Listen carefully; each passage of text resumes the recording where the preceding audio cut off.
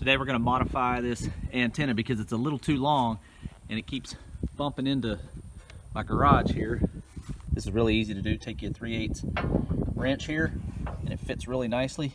Be careful not to scratch up your Jeep, and you're just simply going to unscrew the base of this guy. Take your antenna, put it in a vise.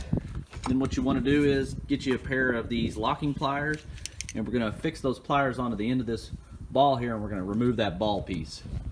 Just take your pliers and just start rotating it here, and you can see that that thing just pops right off. Now we're ready to trim up the antenna here. We measured out right at about 13 inches. I just marked it with a piece of tape, and that's where we're going to make our cut here. Now you may not have a cutting wheel like this, and if you don't, a little hacksaw or even maybe some bolt cutters will probably work as well. So let's go ahead and cut this guy. Top part of the antenna is actually thinner than this piece right here is in the middle, so we're going to take it over to a grinding wheel and grind this down and put that ball back on there.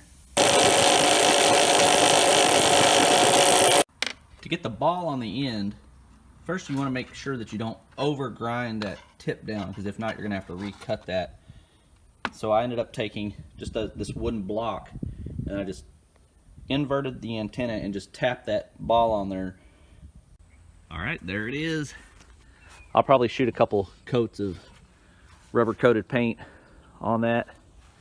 Thanks for watching.